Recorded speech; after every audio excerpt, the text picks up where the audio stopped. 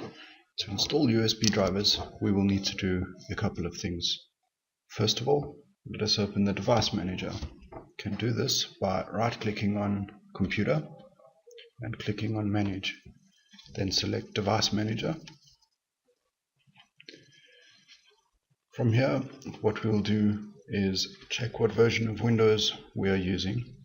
And to do that, we'll right-click on Computer again, click on Properties, and it will show us whether we are using 64-bit or 32-bit Windows.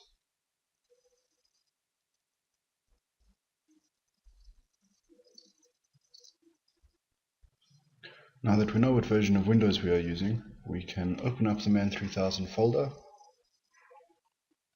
scroll up to USB drivers 64-bit. These do contain both 32-bit and 64-bit drivers. In this case, we'll be using the 64-bit drivers. Double-click, click on Next, accept the agreement, click Next, and the drivers will install.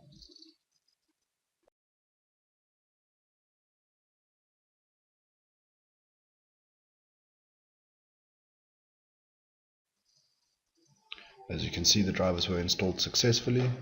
Can minimize all screens, and we should have now got a COM port assigned to the USB device.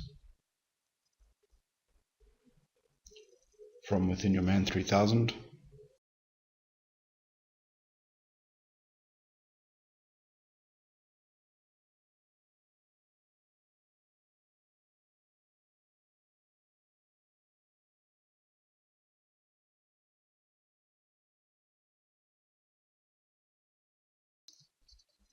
choose the type of device that you're using and then select the COM port. You can now go from here to your registration screen.